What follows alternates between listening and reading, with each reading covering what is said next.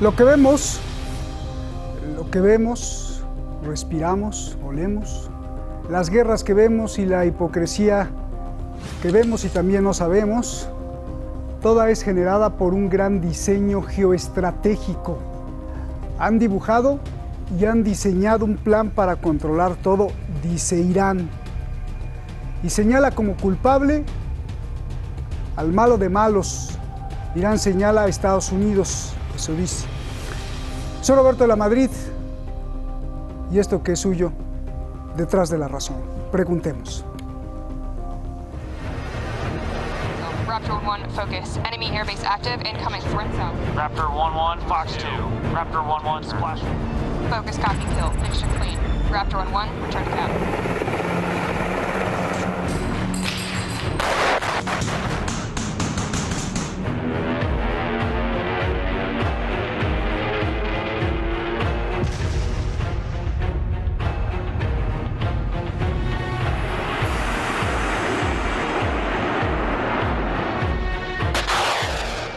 Por tierra, por aire o por mar.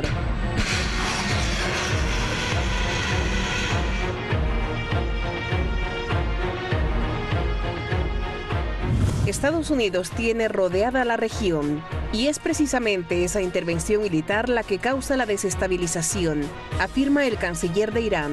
There can be no question that prolonged and dangerous international interventions in our region are one of the major reasons for existing troubles. Our region has been the subject of geopolitical designs by extra-regional actors during the last 5 centuries. In recent memory, the U.S. has exacerbated the insecurity and instability of this region more than any other region. Señala que Estados Unidos tiene como objetivo militarizar a Asia Occidental y de esta manera poder dominar. Recuerda que en los últimos años, Washington ha gastado $7 billones en sus operativos militares en esta región y que el presidente Joe Biden es igual que Donald Trump.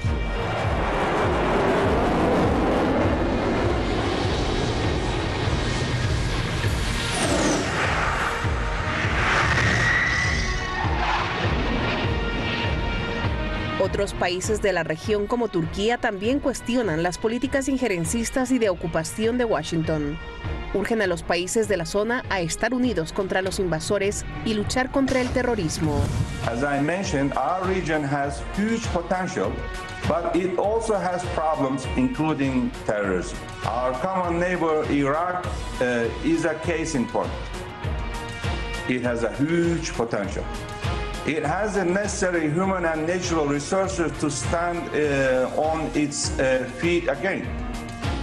However, it has suffered more than enough from war, occupation, and terrorism.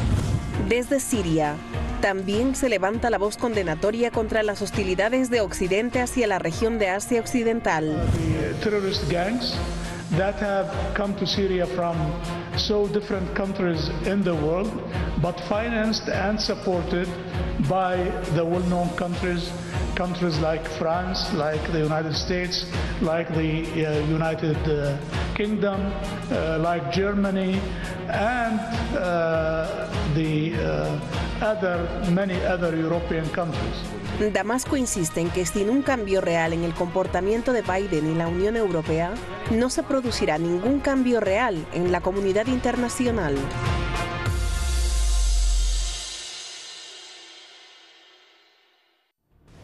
Muchísimas gracias al equipo de Detrás de la Razón, muchísimas gracias a usted que pues siempre está ahí detrás protegiendo el programa, escuchándonos, criticándonos, que de eso se trata. Vamos directamente con nuestros invitados. ¿A quién tenemos esta noche?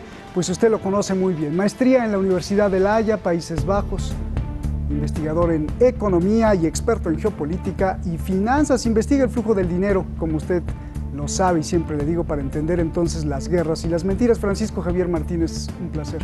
Gracias. Escritor, periodista, activista, siempre pendiente del problema, el caos y la justicia en el planeta, de la Universidad UNED en España. Daniel Lobato, muchísimas gracias por estar aquí. Daniel, gracias a los dos. Francisco, comienzo contigo. A ver, vámonos directo al toro. El canciller de Irán denuncia que el terrorismo, la violencia, la guerra y la desestabilización es culpa, nada más ni nada menos, es culpa de Estados Unidos. Dame tu análisis, por favor. Estimado Roberto, Daniel, equipo y audiencia de Detrás de la Razón.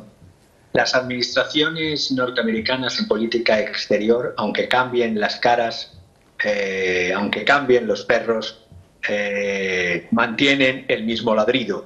¿Qué quiero decir con esto? Que solo 40 días después de su toma de posesión, Joe Biden se quitó el final de juego de caretas con la agresión ilegal en Siria, con ese bombardeo del 25 de febrero que produjo 17 muertos. Cuando él habla de asesino, señalando a otros dirigentes de otros países, como lo ha hecho en la cadena, en el programa Good Morning America de la ABC, señalando o respondiendo con asentimiento sobre Vladimir Putin, realmente tendría que mirarse a un espejo, como le ha respondido Vladimir Putin. Y con esto digo, esos 40 días después de su toma de posesión, ese bombardeo de aviones de guerra, cobarde agresión contra la provincia siria de Deir ez-Zor, además de la ocupación ilegal de tierras, del saqueo de los recursos del petróleo y del gas en Siria, además de la violación de la resolución 2254 y todas las represalias que dice que es una represalia falso a lo que es algo continuado, porque lo que se produjo a 500 kilómetros de Siria tiene repercusión en Siria.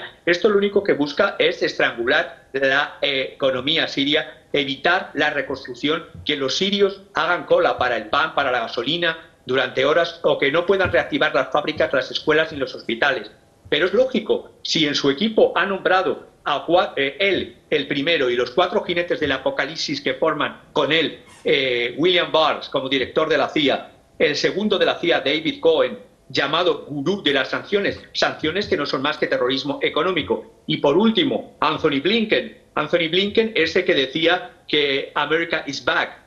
Los Estados Unidos de América han vuelto, claro que han vuelto, pero han vuelto con esa política de utilización, además de la CIA y del Pentágono, y sobre todo de utilizar los derechos humanos como arma de destrucción masiva contra los países, porque la interpretación de los derechos humanos que tienen las administraciones norteamericanas es curiosa. El derecho a la vida no lo cumplen con nadie que se le ponga enfrente. Los asesinatos selectivos los siguen manteniendo a pesar de esa pantomima de la prohibición Khashoggi. Y, por supuesto, nada de derecho a educación, empleo, protección, a cualquier injerencia que es propia de todas las administraciones norteamericanas. Gracias, Francisco. Daniel, un gusto. Te pregunto, utilizando el maniqueísmo, ¿se puede explicar todo esto de son buenos contra malos malos? Es decir, ¿Estados Unidos es el culpable? ¿O qué otros factores intervienen desde los intereses, las inversiones, el petróleo, los recursos? A ver. Buenas noches, un abrazo enorme para Francisco Javier, para ti, Roberto, al equipo Hispan TV y a la audiencia también, muy agradecido, como siempre, de tu invitación. Tenemos que tener siempre en cuenta la superestructura de lo que ocurre, que eso lo conoce mucho mejor que yo Francisco Javier. Esa superestructura que en la teoría, incluso de geopolítica, se habla de esa isla central que supone Asia, junto con las extremidades de Europa y África, y en esa isla central, el corazón del pivote es Oriente Medio, donde además, de forma coincidente, están los grandes recursos petrolíferos del mundo, las grandes rutas de tránsito de esos recursos, ¿no? Entonces, eso marca, por supuesto, qué es lo que está ocurriendo desde hace más de 100 años en Oriente Medio. Porque además, hasta el siglo XX, digamos que China estaba fuera de juego en ese subdesarrollo después de 150 años de humillaciones y sanciones. La Unión Soviética estaba contenida y iniciaba también su Afganistán propio en los años 78, y hasta esos momentos se podía considerar que la situación, las cosas iban bien para Estados Unidos, especialmente en Oriente Medio. Pero a partir del año 78 se empiezan a desencadenar cosas, ¿no? El último gran éxito es atrapar a Egipto y a Jordania en los acuerdos de Camp David, pero ahí empiezan a ocurrir cosas. Empieza a ocurrir la revolución iraní, que se desliga completamente de Estados Unidos. A partir de ahí comienza la guerra contra el Líbano de Israel en el año 82, que también marca el nacimiento, la fundación de Hezbollah. A partir de ahí, Irak, el actor subordinado a Estados Unidos, a Occidente, también comienza a hacer sus propias actuaciones que derivarán en su propia caída y en la pérdida, al final, al cabo de las décadas, de Irak por parte de Estados Unidos. Y al final nos encontramos, con esto yo creo que se resume todo lo que estamos valorando, y es que, quiero recordar, en 2006, la entonces secretaria de Estado Condoleezza Rice, de George W. Bush, durante la guerra de Israel en Líbano, estando en Tel Aviv, Condoleezza Rice dijo que esta guerra era necesaria y esa guerra criminal eran los dolores del parto de un nuevo Oriente Medio.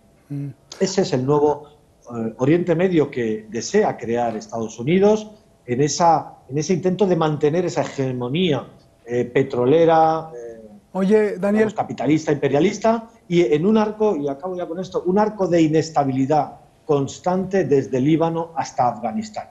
Ese arco, digamos, de caos destructivo, de que de ese caos se construya y se diseñe un nuevo Oriente Medio que le sea más útil que el actual, especialmente a Israel, que es con quien se empareja en esa política exterior para ese caos destructivo de guerras infinitas. Ahorita vamos con Israel. Oye, Daniel, dice el canciller que pues son no 100 ni 200, sino 500 años de diseño geopolítico, pero hace 500 años no estaba doña Condoleezza Rice, ni Washington, ni entonces ¿quién? Bueno, pero hay que tener en cuenta que el colonialismo es una etapa de explosión del capitalismo, y el colonialismo específicamente europeo, del cual el nacimiento de Estados Unidos y el nacimiento de Australia, el nacimiento de estados coloniales basados en la limpieza étnica a las poblaciones nativas, la desposesión, el despojo y la creación de estados coloniales de colonos occidentales, al final están emparentados, Occidente, Estados Unidos. Condoleezza Rice, aunque fuera una mujer afrodescendiente, eso no la quita una blanquitud colonial. Hay personas que, a pesar de tener ascendientes, la propia Kamala Harris es descendiente de una madre hindú de Bengala sometida al colonialismo de Winston Churchill, a las hambrunas que mató a millares de personas en Bengala, y a pesar de todo pues es una mujer al dictado del imperialismo, ¿no? Kamala Harris. Entonces, bueno, es todo una epifanía del colonialismo hasta que, digamos, el mundo se libere de ese colonialismo blanco occidental. Gracias. Francisco, a ver, control, poder, militarización es lo que quiere Estados Unidos en la zona, denuncia Irán. Yo te pregunto, ¿qué papel juega Israel en esto y cómo Israel extendería pues los tentáculos desde Estados Unidos hasta Rusia, desde Washington hasta Moscú, por favor? Hace unas horas misiles israelíes han sido derribados, fecha 17 de marzo, sobre Damasco gracias a las defensas aéreas sirias. El ataque permanente sobre territorio sirio de las fuerzas israelíes es algo que, sin una previa declaración de guerra de Israel contra el gobierno de Siria. Pero todo responde a unas estructuras, como bien decía mi compañero, ya no cabe solo hablar de imperialismo. La nueva forma del imperialismo, si bien la concepción de Hilferding en Das Finanzkapital en el año 1910 y de Rosa Luxemburgo en Die Acumulación das Kapitals en el año 13 son para mí totalmente válidas en cuanto al análisis de ese imperialismo en el siglo XIX y XX. Ahora tendríamos que retomar los análisis de William Robinson de la Universidad de California en Teorías de la Globalización y en The Global Policy State, cuando habla de una clase capitalista transnacional que tiene su apoyo en las empresas transnacionales que utilizan los estados y las administraciones para expandir su poder independientemente de quién gobierne en los países. Los estados son utilizados, copados por esta CTN, clase capitalista transnacional, que está representada a través de las transnacionales, y utilizan el complejo militar para imponer lo que es el imperialismo de viejo cuño, que no es más que influenciar, someter a dependencia, dominar a la población de un país extraño, explotar con medios políticos, militares, económicos y culturales lo que son los recursos y las personas de un país. Pero esto, repito, no ya con la estructura país, por eso no cabe decir que el bueno es Estados Unidos y el malo es, o viceversa. Hay una clase capitalista transnacional que en Estados Unidos es capaz hasta de doblegar presidentes si no se avienen al discurso que esta clase capitalista transnacional quiere. Y esta clase capitalista transnacional también la podemos tener en el otro lado, en el lado chino. Por eso los ataques de este nuevo neocon que incluso abandona políticas neoliberales por políticas neo-keynesianas, pero no nos engañemos, ninguna va a favor de la población, sino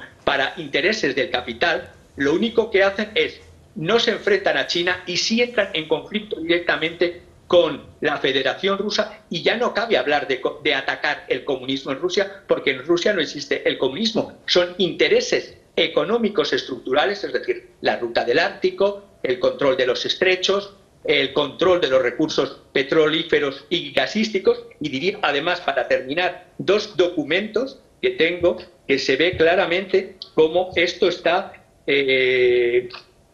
por así decirlo. Hay un documento de RAND Xerox, de la RAND Corporation, que dice Swarming y el futuro del conflicto, donde se está planteando células terroristas, ataques aislados en Oriente Medio, con la técnica del enjambre, es decir, una forma aparentemente amorfa, pero deliberadamente estructurada, coordinada y estratégica para realizar una mezcla de ataques militares unido a esa visión malthusiana y darwinista del mundo que tienen los anglosajones, que es someter al asedio de las sanciones, que es terrorismo económico, a los pueblos. Y ahí juega un papel fundamental las administraciones de Israel, que son la punta de lanza, en este caso, de este capitalismo transnacional anglo-veneciano o anglo-sionista. Gracias, Francisco. Estos keynesianos, que detrás también hay una esencia eugenista, ¿no? De eugenesia, de también purificar la especie. Oye, Daniel, Irán denuncia que 6 países del Golfo Pérsico han comprado el 40% de armas de todo el mundo y que la mayoría es de Estados Unidos. La pregunta es por qué esos países compran esas armas, tienen derecho a poner en peligro la región, no deben comprarlas. A ver, explícame.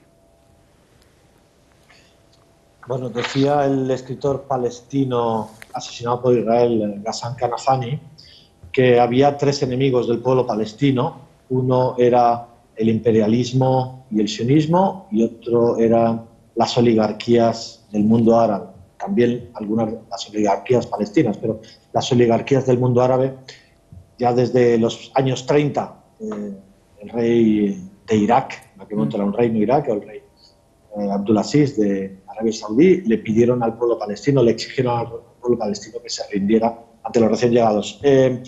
Las oligarquías, como muy bien ha definido perfectamente Francisco Javier, al final lo que defienden es sus privilegios de clase, sean quienes sean esas oligarquías, sean oligarquías en el mundo árabe, oligarquías en el mundo anglo-capitalista, digamos, anglo-occidental, o sean oligarquías en el nuevo mundo capitalista chino o en el nuevo mundo capitalista ruso, ¿no? Y al final lo que hay es un conflicto entre esas distintas oligarquías. Por tanto, bueno, en algunos casos pueden resultar alianzas entre ellas. Obviamente las oligarquías de los países, de las monarquías feudales del Golfo Pérsico, de Emiratos específicamente, Arabia Saudí, etcétera, están muy aliadas con lo que representa la oligarquía petrolera militarista de Israel y Estados Unidos, y como tal pues actúan de sujetos, de peones a su dictado, ¿no? Entonces, bueno, hay esos vasos comunicantes de compra-venta de armamento entre las partes, a través de otros cambios y favores, por ejemplo, pues el papel de Emiratos en Yemen, intentando desgajar el sur de Yemen en coalición con Israel frente a Arabia Saudí. Es decir, ahí podemos ver un espacio de pugnas entre oligarquías, pero cuando se trata de una pugna contra Irán, pues podemos ver que esas oligarquías, digamos que confluyen sus intereses. Pueden estar, digamos, enemistadas en unos focos, espacios concretos y coaligadas en otros espacios concretos. Y en este caso contra Irán, contra lo que representa esa amenaza que ellos dicen, la amenaza iraní, que no es más que el derecho a la autodefensa de Irán y de sus aliados regionales contra ese imperialismo anglocapitalista y sus actores subordinados, las monarquías de Emiratos o Arabia Saudí, pues lógicamente se arman y se refuerzan, a pesar de que luego les salen mal algunas tiradas, ¿no? Por ejemplo, el tema del F-35 y el reconocimiento explícito de Israel a cambio de poder comprar un caza que se ha tirado por la borda ese proyecto finalmente por Estados Unidos después de invertir $1 billón, $1 trillón en notación norteamericana de dólares. Bueno, pero indudablemente la compra-venta de armamento por parte de los regímenes feudales del Golfo Pérsico va a seguir siendo, y incluido en eso pues España como proveedor de armas para las masacres, para ese arco de caos creativo o de masacres inhumanas, ya sea Yemen, ya sea Siria e Irak, en virtud de ese nuevo Oriente Medio que pretende crear ese eje anglocapitalista, anglo-occidental. A ver, sí, porque $7 billones Estados Unidos ha gastado militarmente en la región en las últimas décadas, dice el canciller Zarif, ¿no? Pero, ¿y cuánto ha ganado con la venta de armas, como dice Daniel Lobato? Ya nos vamos, Francisco. Me parece muy curioso, Turquía también se une a la protesta de Irán, protestando en contra del intervencionismo, pero esto no es un chiste, Turquía hablando de no injerencia. Turquía, que está ocupando ilegalmente territorio sirio, Turquía, que ha permitido el avance y la colaboración con yihadistas takfiríes, Turquía, que ha robado recursos y ha vendido el petróleo sirio, Turquía, es decir, cuando hablamos de la lucha de las oligarquías, hablamos que Turquía ahora puede estar en una situación de ver qué pasa con la nueva administración de Joe Biden, en cuanto quiere ver cómo se posiciona en ese nuevo pan-turquismo que quiere. Ojalá en Turquía hubiese una élite dentro de esas élites como la que creó Kemal Atatürk. Hay un retroceso brutal en derechos y libertades con el régimen del actual presidente turco y, lógicamente, cuando decías de gastar dinero Estados Unidos, sus administraciones en contra de los propios contribuyentes y de los pobres norteamericanos, porque aparte de la cifra que habéis dado, $143.000 millones, solamente se han gastado las administraciones de los Estados Unidos en el gobierno de Afganistán para luego destruir o dinamitar al propio gobierno de Afganistán cuando no le conviene la trayectoria que pueda tomar el gobierno de Afganistán. Eso es lo que hacen las oligarquías del neoimperialismo de la clase capitalista transnacional, y hablo por boca de William Robinson de la Universidad de California. Muchísimas gracias a los dos. Gracias. Un abrazo, Daniel. Un abrazo. A ver, Daniel, venga. Quiero felicitar el Nowruz a todos los pueblos persa, kurdos y otras etnias que lo celebran. Bien, muchísimas gracias. Abrazos a los dos. Gracias. Chao. Bueno, pues los diablos andan sueltos y quieren algo. El asunto es que, pues, ¿qué es lo que quieren? ¿Y quiénes en realidad son esos diablos? Para ir cerrando la semana, vemos que entre Rusia y Estados Unidos algo feo se está cocinando y quizá algo feo se avecine. Ya comenzaron los insultos. Biden le dice asesino a Putin y Putin le regresa hablando de su salud, deseándole pues lo mejor. ¿Qué juego están jugando? Mañana aquí, en Detrás de la Raza. Buenas noches.